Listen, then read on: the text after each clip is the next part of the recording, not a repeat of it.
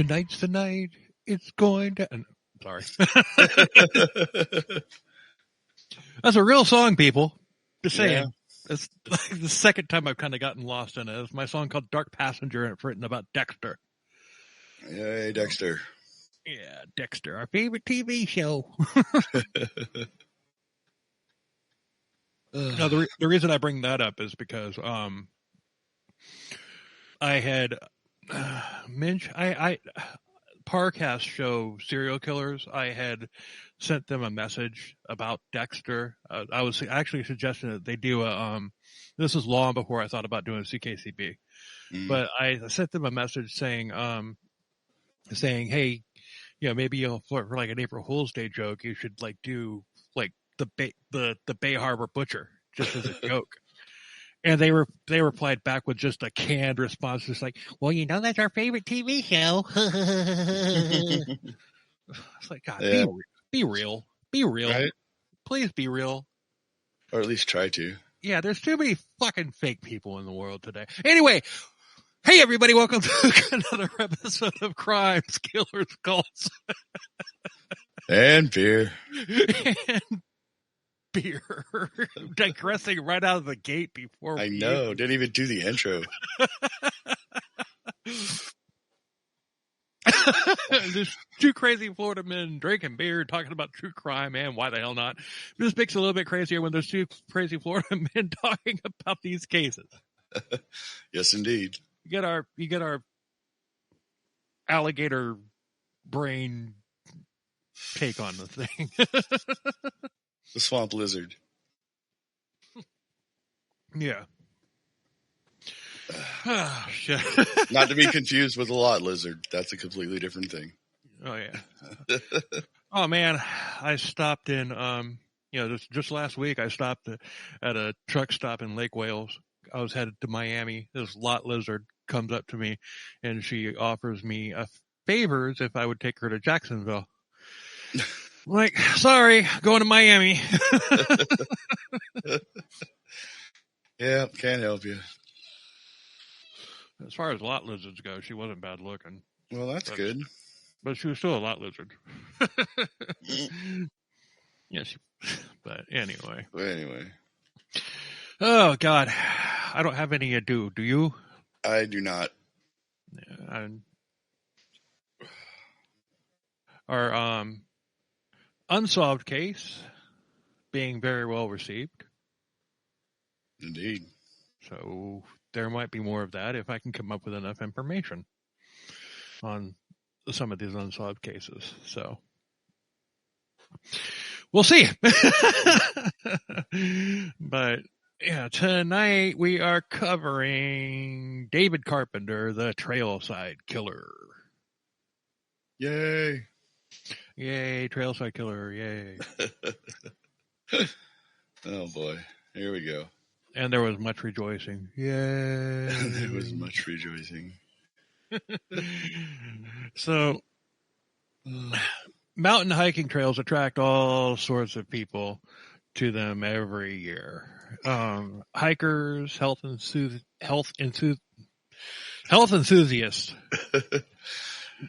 naturalists, photographers, lovers, cheating spouses, and more. Dude, this sounds like a movie we talked about. Through hike. Oh boy, I couldn't help it. I had to. I don't know why that episode isn't being received all that well. It's a good story. Yeah, but whatever. It doesn't matter. They all can't be winners, man. Right, that's true. We're gonna have some stinkers here and there, but that one, as far as delivery, that wasn't, or in story, that wasn't a stinker. That was a good episode. Yeah. But they seek out the solitude and isolation and peace and quiet.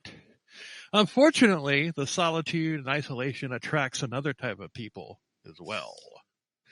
Killers and rapists who attack hikers. Yeah. And killers who are just driving up and, going up into these places to dump victims. Yeah. David Carpenter was a serial killer and rapist. His spree lasted from 1979 to 1981. He would stalk and kill people on the mountain hiking trails in California State Park near San Francisco. He attacked at least 10 people and was convicted of killing 8, and he's a suspect in 2 more. And this is one of those cases where I'm sure there are more victims, maybe even many more. Yeah. He was born May 6th of 1930, and his first victim was in 1979, August of 1979, which would have made him 49 years old when he committed his first murder. Wow, late bloomer, huh? I'm 49, and I couldn't imagine killing somebody. Yeah. Yeah, but I mean, he would just shoot them though. But still. Well, yeah. But still, most serial killers start when they're in their 20s. So yeah, like I said, he's a late bloomer. No, I think there are many. I think his body count is a lot higher. Oh, you think he started earlier and they just don't know? I got it. Even though he'd made some bonehead mistakes, which we're going to get to. This wasn't in Dallas, was it?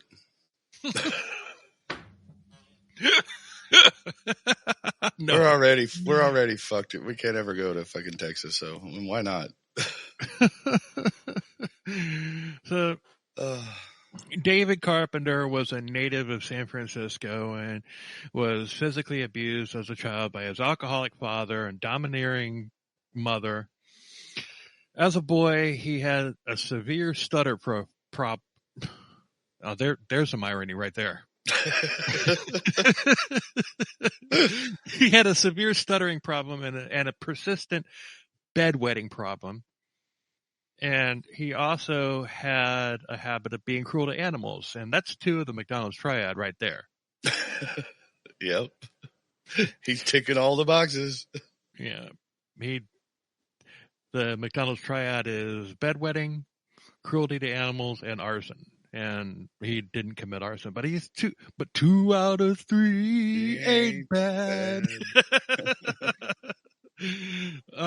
Sorry, Meatloaf, we drug you into this. So when he was 13 years old, he was incarcerated for molesting 2 of his younger cousins. He would come to school with bruises that he had gotten from both of his parents, and he was bullied at school because of his awkwardness and his stutter, which he in turn took out on younger kids. As you do. Yeah. By age, when he was 17, he was charged with molesting a 3-year-old girl. Oh, man. Real winner, this guy. Yeah, all right. I guess I knew it was going to go there eventually. Anyway. So when he was in a youth facility until he turned 18, and then he was sent to California State Hospital for the mentally ill. In 1955, he was married for the first time, and he was 25, and his wife Ellen was 19, and they wound up having 3 kids, but the marriage wouldn't last because Carpenter had an insatiable sexual appetite. He wanted sex 3 times a night, every single night. Okay. And even in your 20s, that's a little much. I mean, damn. Yeah, no shit. You know, when you're in your 20s, like once, maybe twice a night. If you're lucky. If you're lucky. Damn. All right. Well.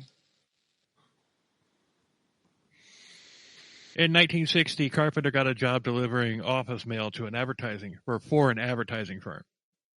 There was a woman who worked there, Lois DeAndrade. She was in her early 30s. He was 30. And, so she was a couple years older than him, and she knew David and his wife. Lois's daughter was Lisa Rinna, and she was a soap opera star. She was also on Melrose Place and Real Housewives. Okay. I never watched either of those shows, so yeah, I mean, I watched a couple episodes of Melrose Place, I admit it, but I've never seen an episode of Real Housewives, and I've never really seen a soap opera either. No, I never watched any of that stuff. But, wasn't my thing. Nah, but Lois had been waiting at a bus stop, and a car pulled up, and it was David Carpenter driving. And he offered her a ride, and he's like, "You want to come see my wife and the new baby?" Oh, boy. She goes with him, and David drove into a wooded area on the Presidio military base. Okay. And he was pretending to be lost, and he started acting strangely. It's like, he's supposed to be going back to his house so that she could see the baby. Yeah. You'd think you know where his friggin' house was. Yeah, how do you get lost when you're going home? Yeah. I mean, she decided that she'd had enough, and at a stop sign, she, tried to, she got out of the car and she tried to run. David caught her and dragged her back to the car, opens up the glove compartment and pulls out a rope and a knife and a hammer. She's like, "What the hell is wrong with you? We're friends. What are you doing?" And, David said, "Oh, I've got this quirk. I have to have sex." Okay. So she manages to get out, and this is coming from Lois, not David. David, well, we'll get there. Yeah. She manages to get out of the car and starts running, and David chases her and hits her in the head with the hammer. Luckily for Lois, a military policeman happened to be driving by at the time, and he got out, and David was still pummeling Lois with the hammer. And obviously he's not that good with a hammer, because one blow is really all it should take if you're going to kill somebody with a hammer. Yeah, I guess. I don't know. And this is weird. David, the information that I had, David pulls out like a makeshift pellet gun, kind of like a zip gun. Okay. But like a pellet gun. Right. But it fired pellets instead of bullets. Okay. That's what it came off. It wasn't really clear, and there were no pictures of it. But so he fires at the MP, and it grazes the MP's face. A pellet. Oh, yeah. See, that shit still hurts, man. It stings. But David Carpenter was a lot of things, but one thing that he wasn't was a gunfighter. Right. Hold on a second, bro. Hold on. Okay. All right. Sorry. Being talked to. Anyway. So one thing he wasn't was a gunfighter, obviously. Yeah. Since he has David Carpenter was. Yeah. David Carpenter was a lot of things, but one thing he wasn't was a gunfighter. Yes. You don't shoot a pellet gun at a cop. No, you don't. Because that shit just ain't gonna work. The MP fires back with a pistol and hits him in the leg and the stomach. And David was arrested. Lois had to have major surgeries to reconstruct bones and have a brain operation, but she survived. Now, remember I said David had a really bad stutter? Yeah. Lois said that as soon as he started assaulting her, the stutter went away. He wasn't stuttering. That's kind of scary. That's more than kind of scary. That's fucking horrifying. It's like, okay, this guy literally has two different personalities. Yeah. Wow. Okay. I didn't see that coming, but all right. Well, you said that you had heard of this one. What do you know about it? I haven't heard of this one, I don't think. You told when I said we were doing the Trailside Killer, you was like, I think I've heard about that one. I was thinking of something else. Oh, okay. Now that you've gotten into the story, I was thinking of something else. Okay. Well, there was a lot of serial killers in California during the 70s and 80s. Yeah. So, but he was charged with assault and kidnapping on a military base, which is a federal crime. And this was the first of many really stupid things that this chucklehead did.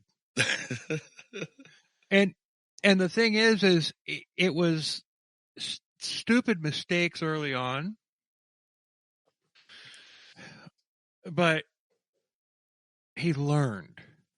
He was a student of his own stuff, of Right. his own procedure. And so he got a lot smarter, but although he was an idiot at the very end, as they all are. But as they all are. Oh, by the way, I'm drinking Bud Light too. Yeah. Yeah. So, that's 2 weeks in a row that we've forgotten to include what we're drinking in the beginning of the episode. Everybody knows. True, but you're not using your powder blue or your lemon yellow sippy cup. No, I'm not. I'm drinking beer right out of that can. Yes, I'm drinking beer tonight. I'm drinking beer tonight until they run out, which I don't know. There might be like 3 or 4 left. I don't know. But yeah. So I still, even though like he makes all these mistakes early on and everything, I still firmly believe that there were more victims. Like he might have just randomly killed somebody or whatever and just gotten away with it before he started becoming a process killer. Yeah. So he was sentenced to 14 years and his wife divorced him immediately, and he served 9 years. And a psychiatrist who evaluated him said that he was under lots of stress, and the only way to relieve that stress was to rape a woman. So why let him out? Yeah. I mean, shit, dude, he just told you that he was going to keep doing it. Yeah. And you let him go. All right. So 9 months after he was released, he went on a crime spree, raping women and burglarizing home. He had sexually assaulted 5 women and was arrested for kidnapping in 1970, and he spent another 7 years behind bars. Now, see right there, he raped 5 women. Yeah. I'm sure there were more, and he probably killed some more. Oh, yeah, probably. But when he started his official crime spree that got murder spree that got noticed, it was all the same MO. So I'm sure that there were these other murders that he did that just didn't get tied to him. Yeah.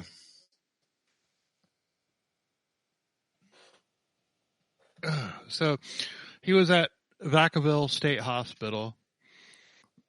That's where Edmund Kemper was. Vacaville has come up in a couple of our episodes. I know, when you said that name, like, we've talked about that place before. Mm-hmm. Yeah, Edmund Kemper is there. He convinced his therapist at the federal prison that he was no longer hostile toward women, and he was released in 1979. He was also a suspect in the Zodiac murders, but he was obviously cleared for that. Yeah.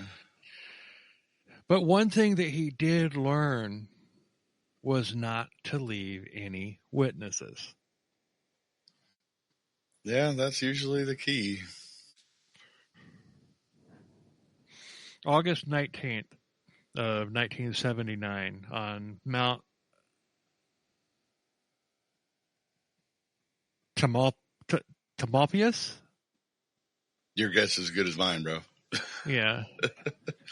Seriously. Luckily, the locals have nicknamed it Mount Tam, and that's what we're going to refer to it as. Oh, thank God. Because if I have to try to say that name again, or if you have to try to say that name again, it's going to be... Yeah. But it's going to be a bitch. It was north of San Francisco, and 44-year-old Etta Kane was hiking the trails of Mount Tam, and she loved the trails there. She loved hiking. She was a bank executive, and she lived in Mill Valley. And her husband was 20 years older than she was. But I'm not even going to rag on that. But he wasn't able to go hiking with her because he had severe arthritis in both of his knees. So what? You said arthritis. Oh, I thought I did. What the hell is arthritis? Arthritis. Sorry, man. I couldn't help it. You said arthritis. I thought I heard that, and then you just confirmed it. Yes. Anyway. But she had planned a 4-hour hike on Mount Tam by herself, which was not out of the ordinary for her. And she did it all the time because she was an avid hiker. She loved to hike. All right. She loved to through hike. Jesus. I'm sorry, I can't get over the name of that movie. I know, right? Ugh. That's too bad they never finished it. They did finish it. It just never got put together. Well, that's what you meant. Yeah. Yeah, but it never got released because that sounds like a movie that we already talked about that. Yeah. Anyway, but through hike, that's like calling Jaws. That's like calling Jaws a fishing trip. Yeah. Anyway. So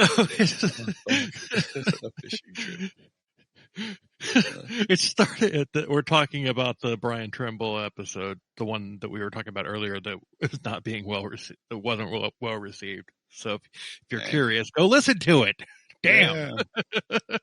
Dude, so shameless self-promotion here. Go listen to that episode. Yeah, go listen to that we're going to keep talking about it until you do. Right. I want to see the numbers on that episode skyrocket.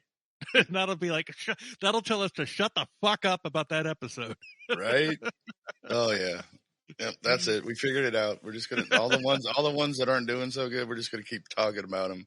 Right. And until all the wise gals and wise guys go, all right, God damn it, I'll listen to it.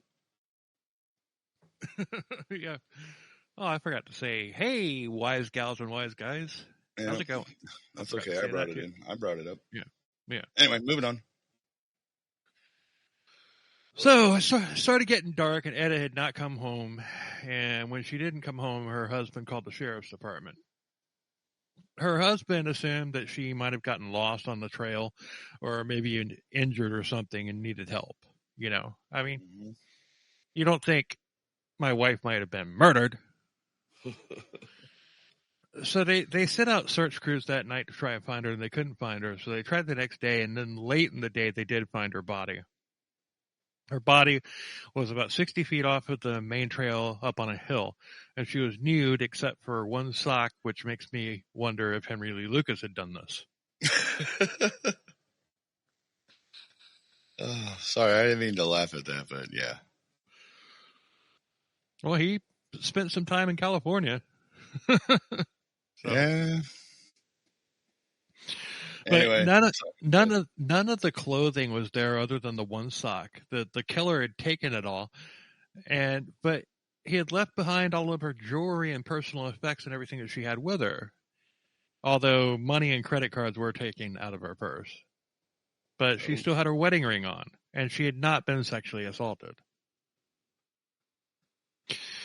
She had been shot with a .44 caliber gun, which is a very loud gun, but nobody reported hearing any shots fired.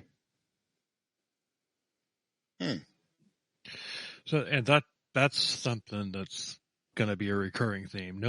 Only one person out of every one of his victims heard gunshots. Okay. So, and this was in Marin County, and that's a very expensive, high-class area. So a murder like this was just random, was virtually unheard of. And people would only come there, people would come there because of how safe the place was. And it was also the first murder that had ever happened on that mountain, so it was really big news. Yeah, I would imagine. Yeah.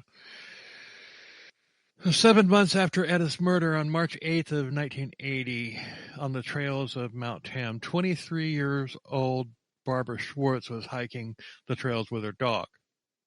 And she was a bread maker who had recently moved there from Baltimore, and she worked long hours. She had set up her own, she had set up her own business. So she worked like ridiculously long hours as business owners do. Yes. So she had stopped to rest, and a man came up from behind her and just out of the blue just started stabbing her, and she fought him.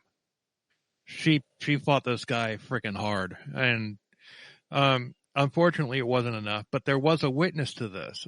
Another hiker saw this happen, so she ran at the killer screaming for him to stop, and he got spooked and he bolted. Oh.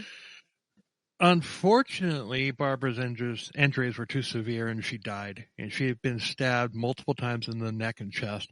And this was less than a mile from where Etta Kane had been murdered. Oh, wow. So the witness called the police, and they found that the killer had dropped his glasses. Or more likely got his glasses knocked off of his face because Barbara was fighting him so hard. Yeah, she was fighting back, yeah. Anyway. They checked the serial number, and it turned out that the glasses had been issued by the California Department of Corrections. But at the time, they didn't list who these glasses were issued to. I'm sure they do now, though. Yeah, I'm sure they do. But they knew that the guy who had done this had done time. So if they could get fingerprints, they'd have him. You know. Oh, yeah. So they also sent flyers to parole officers in the area with pictures of the glasses as well as a sketch made based off of the description from the witness. Nothing came out of that, though. Shortly later,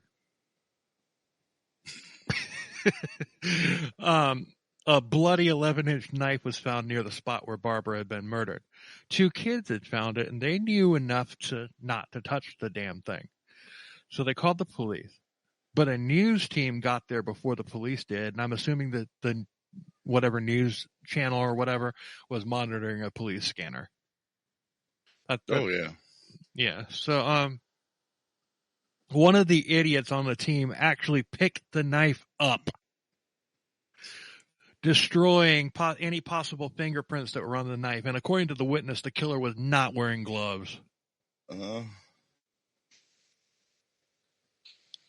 Well, damn. So what? So what? Who? What? Wait, I got a little lost there. Who picked the knife up? One of the people on the news crew that showed up. Oh, okay, one of the news people did. Okay, that's what I thought, but I was just okay.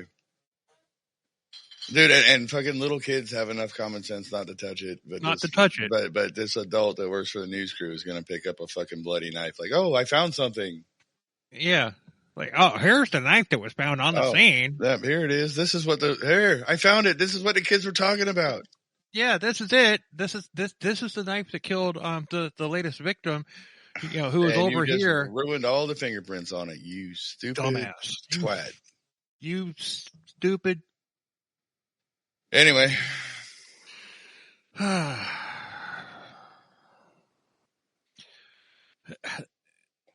That person would make. No, I'm not going there. Never mind. Carry on. I am. That person would make a pretty good journalist in 2023.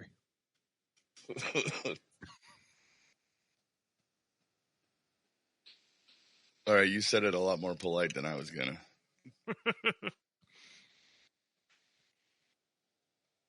Or, if the person who picked it up was a photographer, he could have gone and joined the Dallas forensics team. Yeah, there we go. I guess I'm marking Vinny's off the bucket list.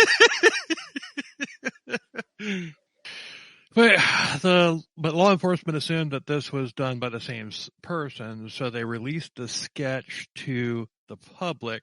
And if I saw that sketch, I'd be calling and reporting Adam Driver as Kylo Ren from the Star Wars sequels because it looks just like him. It does. Oh, he showed me that picture. It definitely does. That was the first person I thought of when I saw it. The picture that you showed. Okay. Anyway. Yeah. That's why when I said it to you, I'm like, who's this look like? I didn't say anything. You're just like Kylo. Yeah. It took me a minute though, because it was either Kylo Ren or like a really young Shemp from the Three Stooges. I can see that too. Those were my only 2 guesses. That's what I was going to go with. And then I was sitting there looking at, dude, it looks like Shemp from the Three Stooges. And then I went, no, That's Kylo Ren. That's Kylo Ren. It's definitely Kylo Ren. But I can definitely see Shemp. But yeah. Anyway, but lots of people were interviewed because of that sketch but the witness hadn't gotten the best look at him. She described the man in his 30s or early 40s when Carpenter was 50. So, well, maybe he aged like fine wine. But Barbara also had defensive wounds, and the killer had also cut his hand pretty badly. A man went to the emergency room about 30 miles away with a really bad hand wound. He said that he had gotten stabbed while stopping a robbery. Okay. But that's the whole I was cleaning my gun and it went off excuse. Pretty much, yeah. But if you ask me, David Carpenter was a lot of things, but smart wasn't one of them. All right, here we go. Not yet, anyway. Not yet. So, you see, when you go to a hospital and you tell them you got injured during a crime, they are legally required to report it to the police. Yes, they are. So Carpenter tried the old bait and switch, thinking that if he acted like a hero, they'd believe him and think he was cool. But the police came and they interviewed him. They took his report and they left. They believed him. Oh, all right. But obviously there was no attempted robbery. Obviously not. But they believed. All right. Want to know if any officers had transferred from Dallas? God, dude, if we keep going, they're going to come here looking for us. Yeah, I know. They're going to come rogue. Anyway, if that happens, that they send a posse, you need to come over here and hang out with me, because I live in Grady Judd territory. He'll protect us from Dallas. Dude, and yet I've got Sheriff. I know. That's true. This is true. Yeah, we're both good. We're both fine. Good. Yeah, we are. And we got old Ronnie D. We got old Ronnie D. as our governor, dude. He won't let none of that shit happen. Right. Next thing you know, Florida's at war with Texas over two jackass podcasters. Yeah. Dude, it's like the South Park thing. We're like the Terrence and Phillip. They're going to go to war with Canada. Yeah. Texas is going to go to war with Florida over our two dumbasses. Yeah. So now this guy was, initially he was a total idiot. So let's list all of his mistakes on just this one murder. Number 1, he dropped his glasses. Yes. Number 2, he wasn't wearing gloves. Yeah, that's a big no-no. Number 3, he left a witness alive.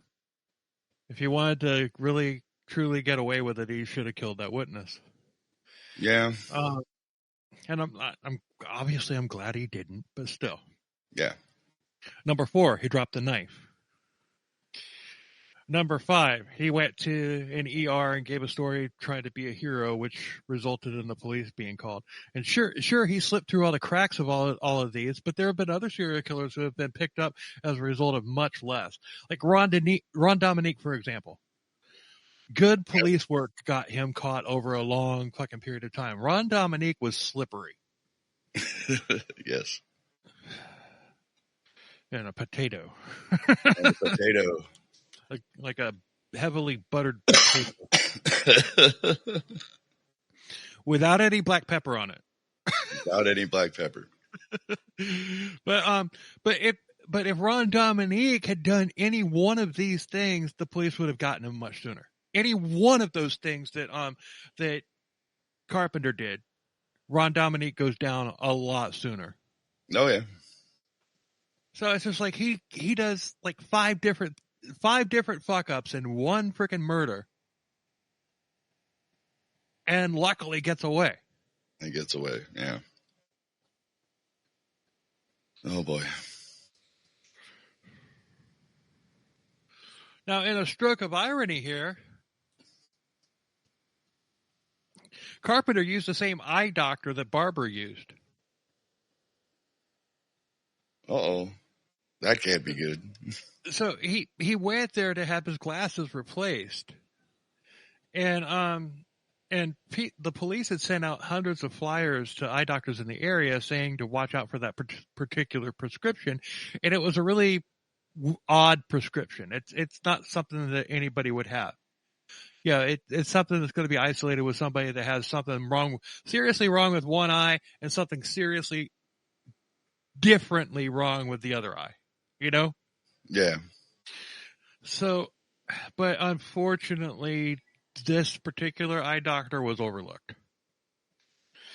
There's lots of eye doctors. Of course. There's lots of eye doctors. You know, you don't have a phone book? I mean, Jesus. I'm not, yeah, right. I'm not faulting the police on that one. It's just like a ironic oversight, you know? Yeah. No, yeah, it is. It's definitely ironic, but I mean, goddamn, really. The one doctor that this guy goes to, you skipped. Yeah. You missed. And it just happened to be the same eye doctor as one of his victims. Yeah, I mean, granted, I know this is a different time and there's not the internet and there's not all these where you can look everything up like that, but I mean, damn. You'd think somebody would have checked. Yeah. So one investigator said that they had so many leads, it was tough to nail them all down, and it was like looking for a needle in the haystack. They had lots of hay, but they hadn't found the needle yet. And you know what? That metaphor was old and worn out in 1980, ZipRecruiter. ZipRecruiter. Looking for a needle in a needle stack. I am so fucking sick of hearing these commercials from ZipRecruiter. Hey, you're looking for the right employee? It could be like looking for a needle in the haystack. Needle in the haystack. It's like they've been doing this they've been releasing the same freaking ad for 15 years. Yeah, well, you know. It's just a different ad. They're saying the exact same thing. Needle in the haystack, needle in the haystack. Shut the fuck up. Damn. Right. Apparently Bill did have some ado. It just came in the middle and not the beginning. I'm sorry. Every time I'm listening to a podcast or even the radio and a fucking ZipRecruiter commercial comes on, I was just like, oh my God, it's like nails on a chalkboard at this point. It's like, God damn, that metaphor that cliche was tired and wore out when you started using it 15 years ago. Right. I mean, even Geico with the fucking gecko, they come up with different scenarios to put the little gecko in. Yeah. Anyway. But with ZipRecruiter, needle in the haystack. Oh, it's like a needle in the haystack. Oh yeah, we're really hip. I swear I think Michael Lang might have been involved with the hey, we got this great hip thing to do for you for a good slogan. It's gonna get you all the people that you need. It's gonna be fire. Yeah, we just go with the needle in the haystack. Yeah. All right. Enough of that.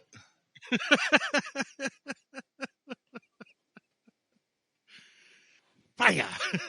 Dude, now ZipRecruiter hates us. Anyway, we're fucked. Well, I hate ZipRecruiter because of those stupid commercials. Yeah, we got that. You made that abundantly clear. Like George Carlin said, I don't have pet peeves. I have major psychotic fucking hatreds. Good old George. Here's the George. I'll drink to that. that man was way ahead of his time. Yeah, he was. Oh God, I wish he was still alive right now with what's going on. Because everything, his fucking mind. Everything that he predicted, and like the "You Are All Diseased" stand-up album that he put out, everything that he predicted and that has come true. Everything. And he did that shit 20 years ago. Longer than that. That album. Well, I don't. Yeah. That's not important, but yeah, that's why he was way ahead of his time. Yeah, I wish he was still alive. I mean, we need. I mean, I would love to see a freaking tour of Dave Chappelle, George Carlin, and there's others. I'm just drawing a blank right now, but still, it's just I'd love to see a freaking tour where they just all go out and they just, all the people that are like currently now. Oh, George Carlin would have been all over that. Oh yeah. Totally, dude. He'd have been like, look, dude, I told you this shit 20, 30 years ago. I know. I mean, God, man, I wish he was still alive. Yep. R.I.P. George Carlin. Yes. Anyway. So police sent mounted officers to cover Mount Tam as a deterrent. And, it worked for a little while. But on October 30th, 1980, on Mount Tam at an amphitheater there, 26-year-old animal scientist and Marin County native Ann Alderson, she was coming home from her grandmother's house. And she decided to go to Mount Tam to meditate. And she loved that amphitheater. That was like her, kind of like her spot where she went. I mean, she was a hippie chick, And okay, you said it twice. So I have to say something now. It's not amphitheater, it's amphitheater. Amphitheater. You said amphitheater twice. Bite me. No. Ann Alderson loved that amphitheater. The amphitheater? Was it ample? Don't fuck with my head. Do not. I swear to God, I will climb through this internet and I will strangle you. Okay. All right, hold on.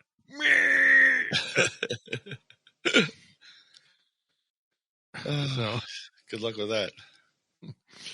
But she had been seen by several people there, but she vanished. And it was several days before she was found. She was a quarter of a mile from the amphitheater.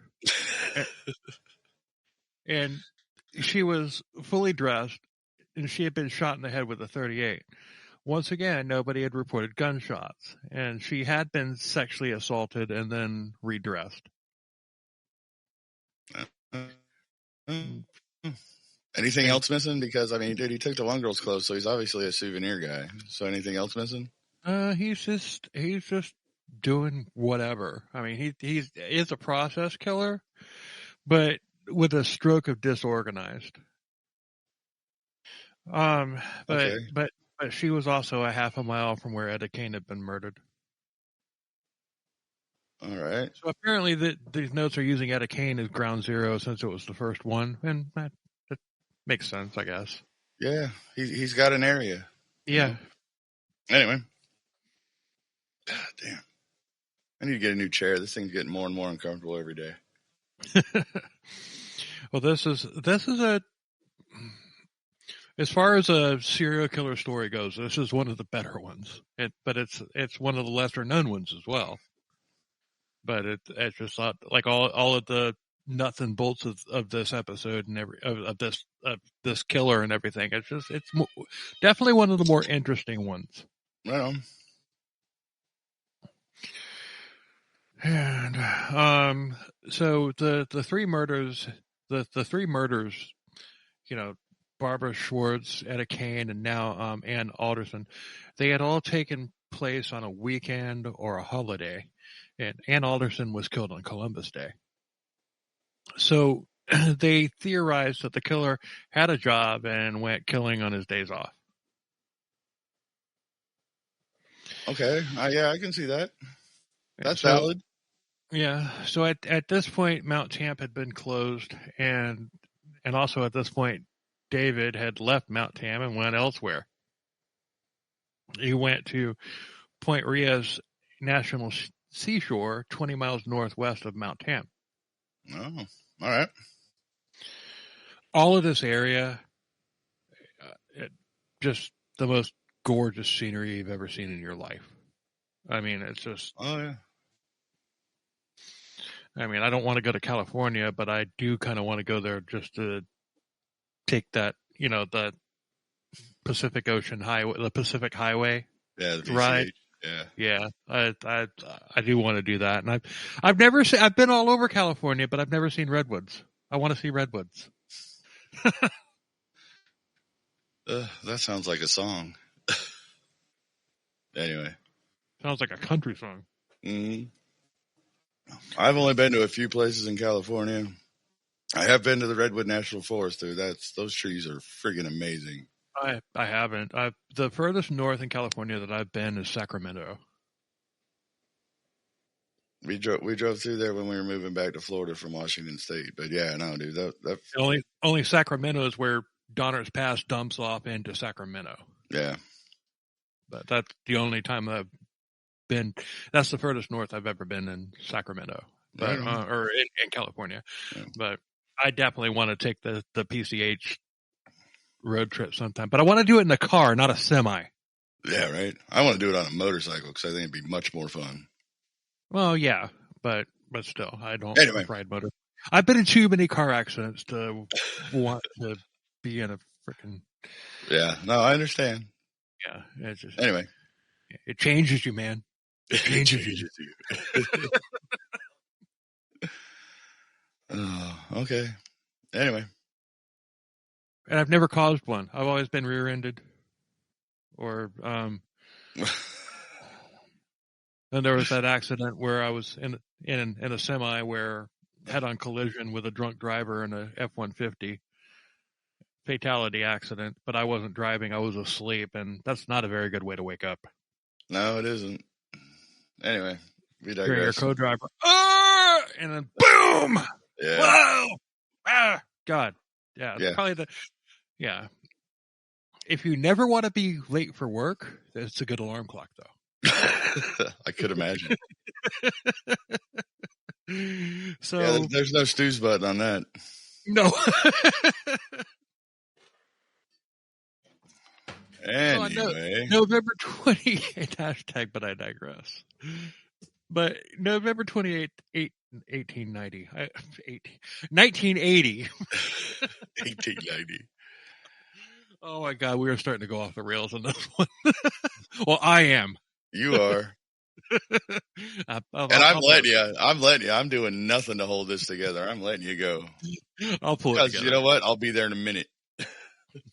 I'll pull it together. So, November 28th, 1980, the day after Thanksgiving, holiday. 22-year-old student Diane O'Connell was at Point Reyes for a hike. And she was there with two friends, but they weren't hiking together. And this is something I didn't realize was a thing, but apparently it is. It's like they were there together, but they were like 100 yards apart from each other and all agreed to meet up at a particular spot, which that seems weird to me. I don't get it. Yeah. But it's just, why even go there together then? Yeah. I don't know. I guess, but like you said, I guess that's a thing. I don't know. Yeah, but it apparently is because it's coming up again with somebody else. But they're about 100 yards apart from each other, and one of Diane's friends reported seeing a man in the bushes, and she got the hell out of there. She figured, but she figured that he was just taking a piss. And she's like, all right, I don't want to see that. So she just like, okay. Like, yeah. But, Diane was the second in line, but the third in line got to the end before Diane did. And of course, Diane would never make it to the end. Yeah. Unfortunately. They went looking for her and they couldn't find her. So they reported her missing at 5 p.m. and there was a 25-year-old woman named Shauna May who was walking the opposite direction. And she was also walking separated from her friend. Like we were just talking about. Yeah, okay. I don't get that. I just don't get that. I don't get. Hey, let's go together. Yeah. Let's go together, but not hike together. Yeah. We can't like hike together because I might have to stop and take a pee and I don't want you to see me. Well, you turn your back. Damn. Dude, I don't know, dude. I'm grasping at straws. I'm grasping at straws here to find a reason why this is a thing. I know, and it could just be like a hippie thing.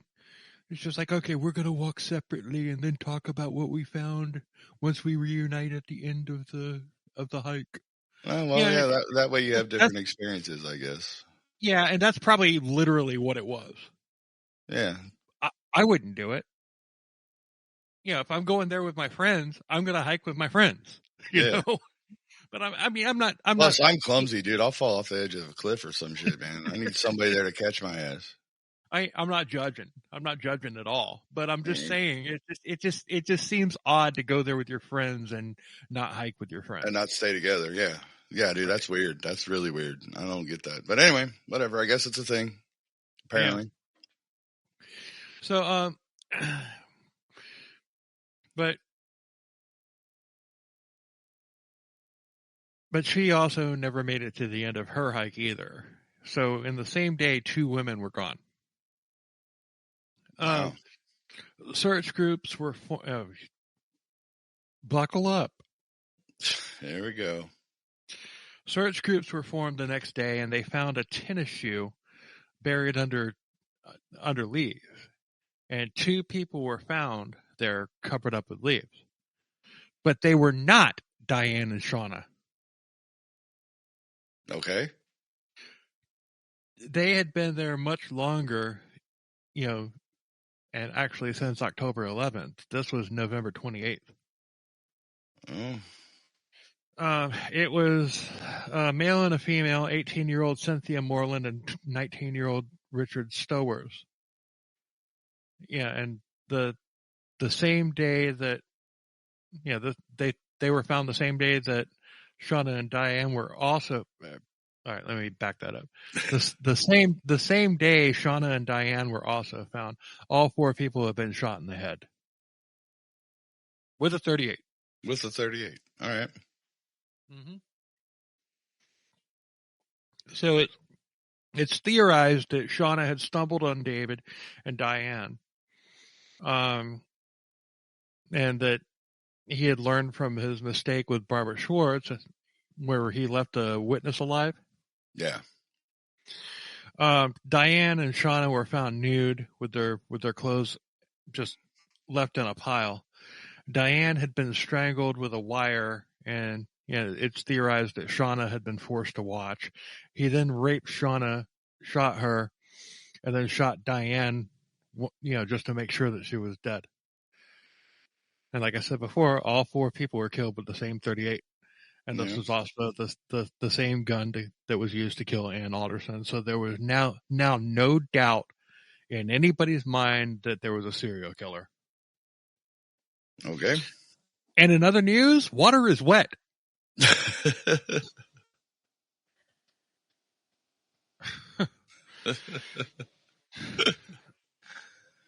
So mounted officers were deployed again, and they were looking for more dead bodies, but they didn't find any.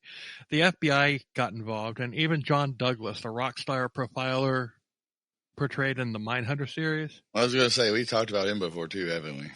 Yeah, you need to watch that series on Netflix. Mindhunter. All right. I'm working on it. Dude, there's a lot of stuff I have to watch that I don't know if I'm going to have time. But yeah, you're still sitting there in your kitchen when you have an empty room waiting for you to set up as your recording studio. I'm not in my kitchen. I'm in my dining room. Get it Whatever. Right. Whatever. I know.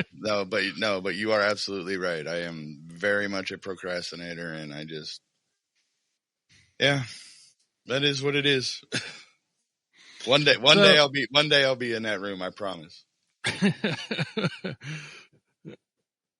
We're going to take bets. What happens first? Episode 500, Jeffrey Dahmer, or Todd in his actual studio room?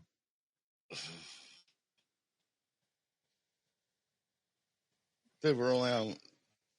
Dude, I'll be in there way before that. A couple weeks before. Come on now, dude. When I say I'm going to do something, I'm going to do it. You don't have to remind me every 6 months about it. So John Douglas surmised that this killer had something wrong with him. Low self-esteem. He even went so far as to say that the serial killer was probably a stutterer, which he was. How the fuck did he know that? That's the beauty of it. It's just like, for every 5 that he got right, like right on the money, and this is one of them, there'd be one that he got like really wrong. Yeah. But he was right a hell of a lot more often than he was wrong. Yeah, right on. I mean, shit, they made a show about him, so fuck. Yeah. Right. And that show's really good. All right, I'll put it down on my fucking notebook to check out on top of everything else you've told me to watch. And the people that they got to portray these serial killers, they looked the part and played the. It was them. It was like the guy that played Ed Kemper. It was him. The guy that played Charles Manson. It was him. The guy that. It's just like they. I mean, spectacular cast. Right on. Cool. So, but John Douglas also surmised that he was probably deteriorating physically and mentally, feels unclean, suffering from hyperventilation combined with anxiety attacks, and that his hands might tremble. And that's oddly specific. Yeah, this guy John Douglas was a freaking wizard. Apparently. Because he was right on all of this. Oh, all right. Even a blind squirrel finds an acorn once in a while. No, this guy wasn't. No. I know. I'm joking. I'm kidding. 4 out of 5 times he was right. All right. And in January of 1981, David Lee happily went to his therapist, telling him that he had a new girlfriend named Candy and that her sex drive was intense as his. He was in love. True love. Jesus. Anyway, he had met her when she was broken down, when her car was broken down. All right. That kind of rings a bell. Yeah. Lois, yep. yeah. So he drove her to Mount Tim, and they had sex in his car. Yep. And one of the investigators even said that the fact that she jumped on him probably saved her life.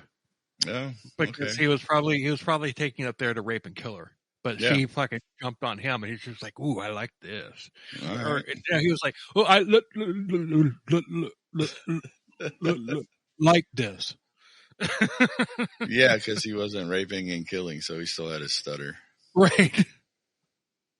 So they shacked up immediately and then got engaged.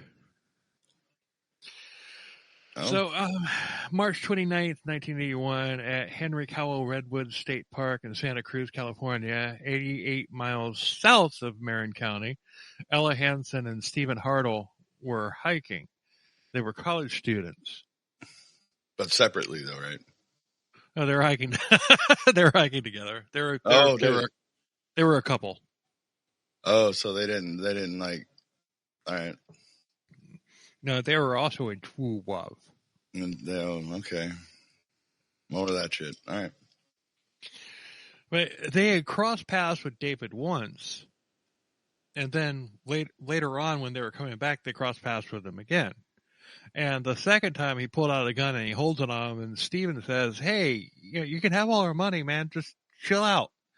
And David said, "I'm not here to rob you. I'm here to rape your girlfriend." No. And no stutter because he was in the zone. Yes. Yeah, he had his game on. Yeah. Anyway.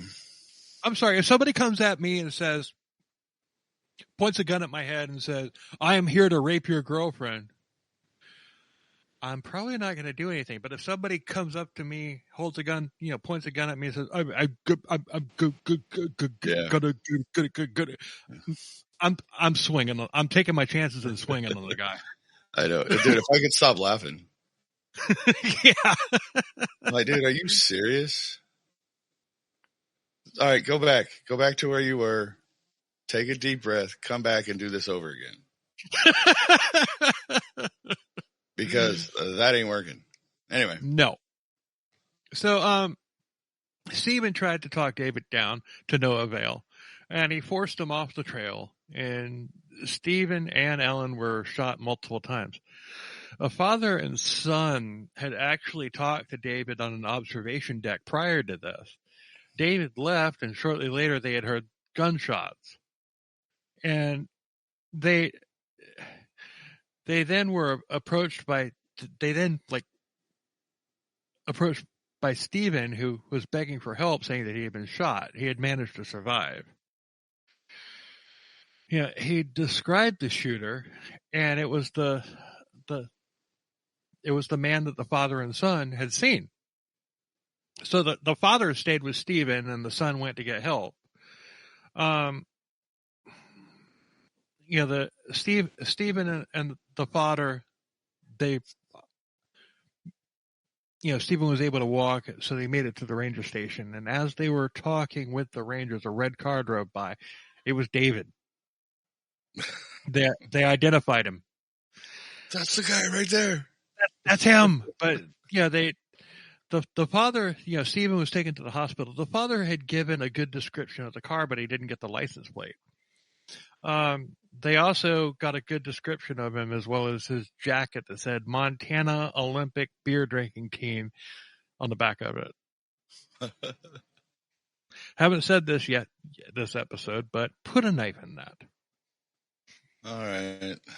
Do I have to? No, I'll do it. I still haven't got all my knives back from the last episode.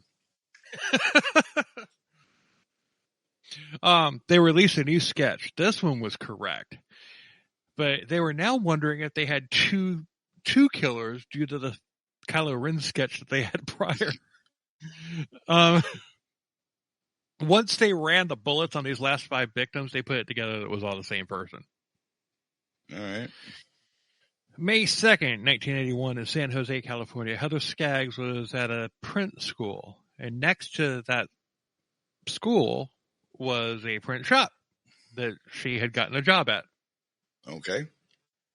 David Carpenter also worked there. Oh, boy. She had a VW Bug that, like the engine blew or something. I mean, the car just died.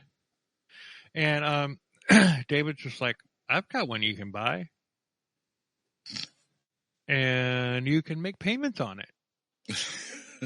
It's that red car out there with a license plate that says Kylo 1.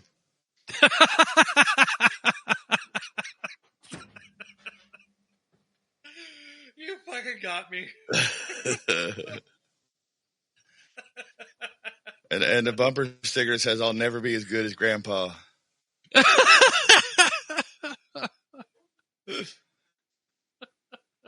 Oh, fuck.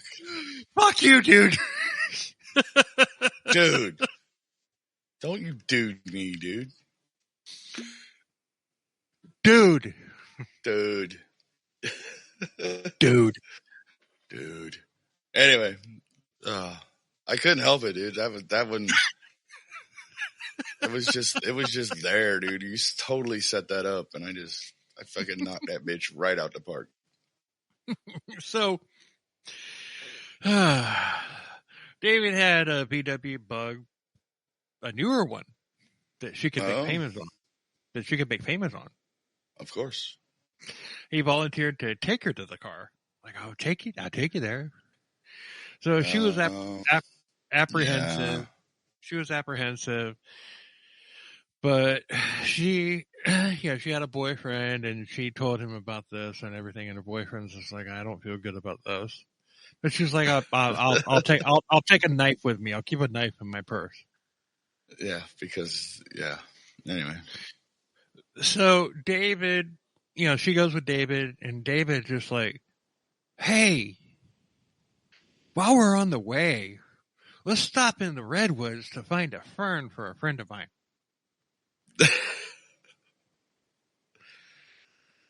You know how it's never a mannequin.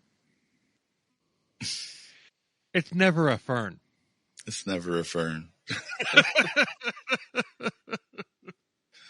Oh, God. Oh, boy. All right. Now, here we go. I mean, God, it's never a fern. That's never a fern. And she didn't get, like, she was okay with it? She didn't get any, like, weird vibes or anything? Oh, she did. I mean, this is just speculation, but but I'm sure she did. She was apprehensive about it in the first place. Okay. No, I'm here to buy a car. I'm not here to go find a fern in the woods. But it'll be fun. Yeah, I just gotta go dig up a fern. You can go to a freaking plant store and buy a fern. No shit. If we don't have to go out into the redwoods. No. Yeah, just let me out of the car. Let me out. I don't want your fucking car. Let's go. I'm done. I'm out. But Heather had left David's name, phone number, and address to where they were going with her boyfriend, and the address was actually David's address. Oh, yeah. That was kind of dumb. Oh, just a little bit. From a killer standpoint, that was kind of dumb. Yep. But he picked her up at 7:00 in the morning, and she was never seen again. The boyfriend, when she was late getting back, called the number, and David's mother answered the phone. Okay. She says, "Oh, David's not home. He's at the ballet." The ballet. Oh, God, just wait. Oh, come on now. One of the funniest scenes ever that we've ever covered is coming up. One of the funniest scenes by a fucking serial killer is coming up. All right, well, let's get to it. Yeah, we're getting there. But Heather's boyfriend and a friend drove to San Francisco to the address, and they waited for David to get home. So when he did, they confronted him, asking where Heather was, and David said that he wasn't with her the day before. He says, "Oh, I got sick, and I didn't leave the house until 11:00 in the morning." Well, David didn't know that they had talked to his mother, who told him that they had left it, or that David had left at 5:30 in the morning the day before.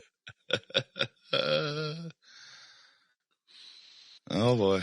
I love it when the wheels fall off in these cases. Yes. So the police were called, and they interviewed co-workers of Heather and David and everything. And the co-workers said that David was kind of fixated on Heather. And they dug into his background. They find out that he's a parolee. They then go to the parking lot where they found the red car that had been described by the father to the park rangers weeks prior. Now, there was something specific about this. The muffler pipe was hanging a little bit low. Mm-hmm. Like it had a bolt missing or something like that, so it was just kind of hanging, and that was the same thing with this car. And okay. So, but also green tissue was found in they saw it. They haven't searched the car yet, but they looked in the windows and they saw green tissues there. And Heather's mother said that she always carried like a little travel pack of green tissues in her purse. Oh. All right. Well, the noose is getting tighter. Yep. So police decided to interview David. So they arrange a meeting at David's parole officer's office.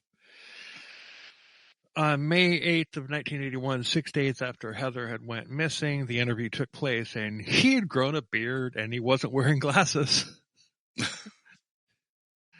Gee, that's a little sus, don't you think? Yeah. Yes, indeed. So when they started asking questions, he started shaking and stuttering like really badly. To the point to where they thought he was having a seizure. Holy shit. All right. Oh, God. Oh. No, we're getting to the funny part right now.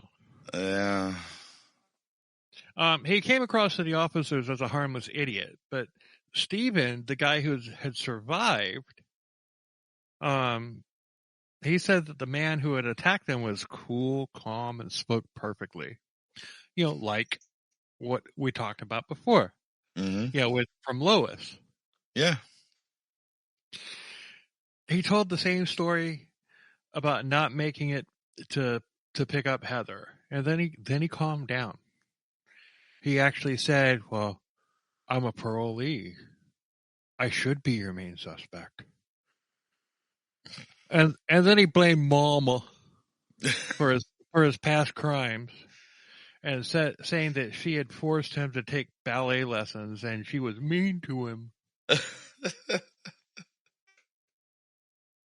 What do you think happens next? Oh, take a guess. I have no idea. Dude, he showed him when he started doing ballet? You fucking got it, dude! I did, really? Yes! No way.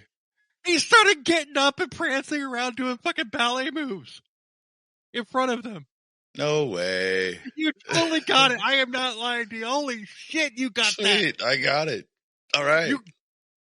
That was That was the only thing I could think of. I would have bet like $1,000 that you wouldn't have gotten that one. Oh, I would have bet it too.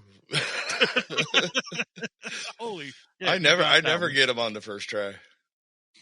Especially that could have been anything. Yeah, it could have been anything. No shit. Holy I mean, shit. my only other guess was he just confessed to everything straight out the gate. But anyway. No, he started doing ballet moves in front of them. Well, and while he's doing all this little, like doing all these freaking ballet moves and everything, he starts talking. He was talking shit about his mom, mm-hmm. and not stuttering, speaking clearly. So he's putting on an act and everything, and he's like within his element. So, but then when he sits down again, the stuttering returned. So it's just like, if he's putting on a performance, then he acts just fine. Yeah. But when he when he's not like doing something crazy, like killing somebody or doing ballet in front of officers. I know we're in the middle of an interrogation, but here, let me give you my interpretation of Swan Lake. Yeah. It's a little bit avant-garde, but I think you'll enjoy it. So he said, "I hope I hope nobody finds her body and that she's been raped." Raped. Oh, there's the raped.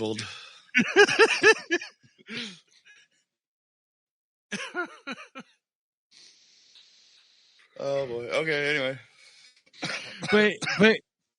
But the thing is they had never the officers had never discussed a homicide or a rape with him. Okay. So the officers were convinced that he was the guy, and they released him, but they contacted the sheriffs in Marin County, letting them know that the Trailside killer might be headed their way. It was a Friday, and the weekend was coming. Oh, boy. They knew. They knew. Yeah. So on May 9th, 1981, they were doing constant surveillance on David. They interviewed his parents, and they told him about Candy, who had left him in April. And she said that, when they went to interview her, she said that he had taken a jacket of hers that said Montana Olympic Beer Drinking Team on the back of it. Oh, shit. Oh, boy. The officers looked at each other and said, "Got him."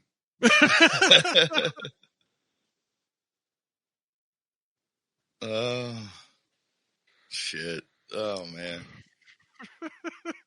Fuck. So, do you agree this is one of the better serial killer stories? Yeah, that ending was great.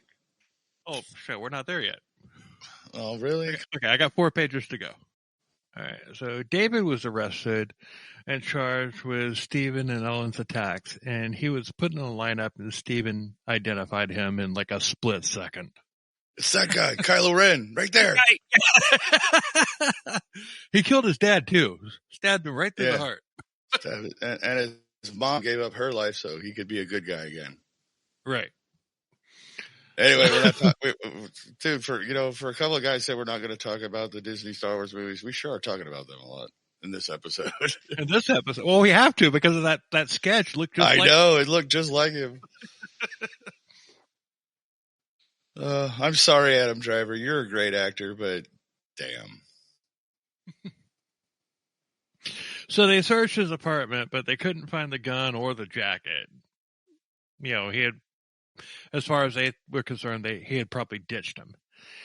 But on May 24th, 1981, in Big Basin State Park, 9 days after he was arrested, Heather's body had been found raped, and she had been shot in the face with the .38.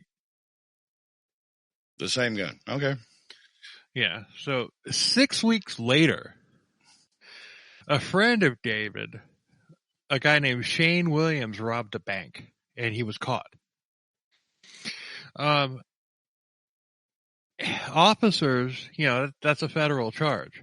Mm-hmm. So officers know that he tells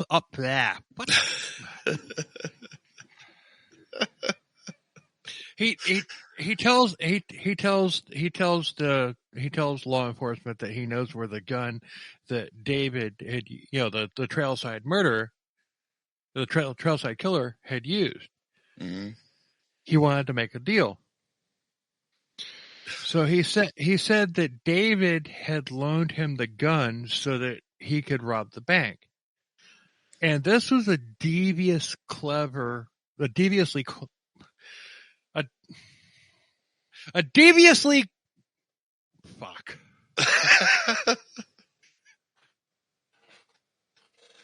I'm not going to say it, but go ahead. A deviously clever plan. Indeed. Shane Williams would rob the bank and either get caught or killed. And the gun would be on him, and boom, Shane Williams is the Trailside killer. Is now the murderer, yeah. Right. So, remember what I said earlier, that he was an idiot to begin with, but he later started getting smart? Yeah. Because that's really a fucking ingenious plan. Yeah, that's a pretty good that's a good out. Mm-hmm. So, but Shane, after he had committed the bank robbery, he realized that he had been set up. Yeah, because news had been coming out about the possibility of David Carpenter being the Trailside killer.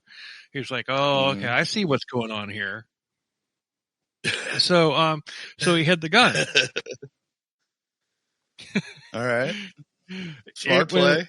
It was at a gas station that had been torn down. So the investigators went and they found it right where he said that it would be, and they tested that gun, and it was a match for the other murders that had been carried out with it. It was the gun. Yes. Like literally the smoking gun. Right. So it was a slam dunk case now. So it went to trial for Heather Skaggs, Stephen Hartle, and his girlfriend Ellen Hansen, and they wanted a death penalty for it. His attorney actually admitted that David was guilty, and at this point it was just trying to save him from the death penalty. And Stephen Hartle obviously was the star witness. Right. The jury took 7 hours to reach a verdict, guilty of murder. Yes. He was then moved to Marin County to stand trial for the other 5 murders. And in an interview, he said that he had not received a fair trial. Of course, they all say that. But He was not the Trailside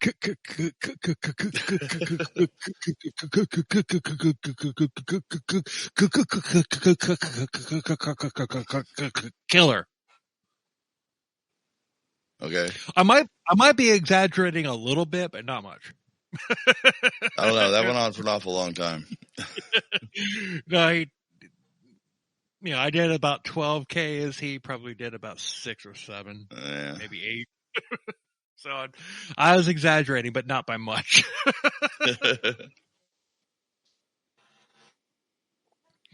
So on January 5th, 1988, it took 6 years for him to take the stand, for him to be tried for the Marin County murders. Jesus. All right.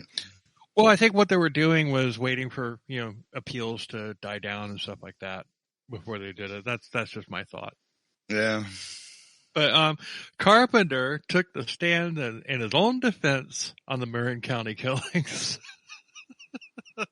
Oh, we love it when they do that. A person that has himself as a client has a fool for a lawyer. Or something like that. Yeah. Yeah. That may not have been exactly it, but it was pretty close. No, he did have an attorney, but he did take the stand. Wow, his attorney actually let him go. Okay. Yeah. I guess his attorney was just like, look, just let him hang himself. At least I'm hoping that's what the situation was. Right. So he tried to blame his poor childhood, trying to get sympathy, and he had receipts showing that he couldn't have been the killer because he was elsewhere with one or both of his parents who he had just been trashing. Oh, Jesus. All right. But his father had died, the year before, and his mother had serious Alzheimer's by that point. Oh. So, sorry, Davy boy. Yeah. Oh, man. On May 10th, 1988, David was found guilty, death sentence. He was never charged for Etta Kane or Barbara Schwartz's murders. And the reason was Etta was killed with a .44 and Barbara was killed with a knife, and all the others were a .38. But, he did them. Yeah. And one thing that's missing from the research that I did is, what was the name that he gave when he went to that hospital for his hand wound after he killed Barbara Schwartz? Yeah. Was it David Carpenter? Yeah, he probably did give his real name. I would believe it. I know. At that point, yeah, I think he would have. I mean, look at all the other stupid shit that he did during that murder. He probably did give. I'm David Carpenter, hero. Yeah, no shit. I'm sure he did, bro. He had to have. Yeah. Anyway. So he's still alive today, and he still swears. Yeah, he's still alive today, and he still swears that he's innocent. He's in San Quentin, and that makes him 93 years old. He's the oldest man on California's death row. Okay. And well, why? like we said on the, California doesn't like to execute people anymore. Yeah, we're not going to go there.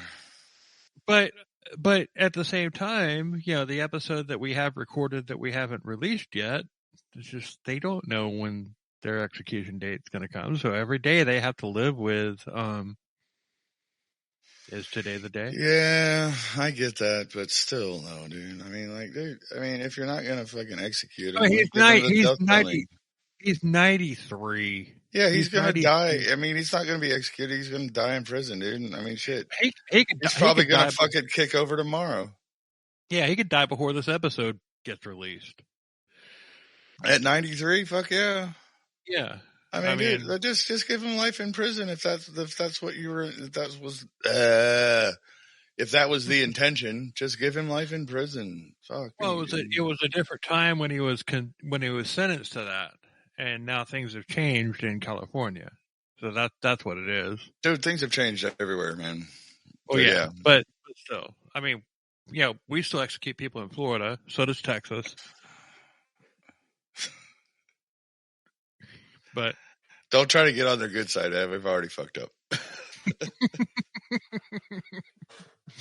No, Texas fucked up. No, you know what I mean. Yeah, you're right. But yeah, you know what I mean. Well, Dallas, Texas specifically.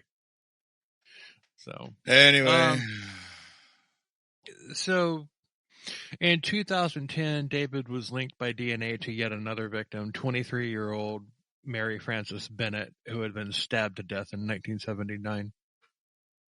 No. So there was questions of like whether or not he actually killed Barbara Schwartz, but he was linked by DNA to that to this new one, right? And she was stabbed. So yeah, and it was around the same time. So yeah, he was picking out his MO. He was picking out his MO. Yeah, he was trying to figure out And he settled on the 38. Yeah, a whole lot less recoil with 38. Yeah, and it's not nearly as loud either. Yeah. No, dude, 44s kick like a motherfucker. Yeah, it's loud as shit. Yes. But yeah, that's what I got on this one. All right. No, that was that. We should have stopped at the funny ending and just been done with it. It was much better. Well, the whole thing was funny. Well, but you know what I mean, though. The whole thing where he was doing the ballet and everything. Like, dude, this story couldn't have ended any better. And then you got to go on and do all this other shit. And like, dude, really? You got all these death sentences and he's still alive in prison? Fuck that. Yeah. Anyway. Yeah. Probably one of the top 1,000 oldest people on the entire planet. Yeah, he's up there. I mean, you might as well just let him out at this point. He's not going to do it. He's 93. What's he going to do? Yeah, and he probably can't even walk. Anyway, not the point. We're just doing what we do, bashing the fucking dumb shit. Yep. Oh, we had to come at this guy as hard as we did because we didn't get to come at anybody. Well, actually, that's not true. Last week we did come at the Dallas Police Department pretty hard.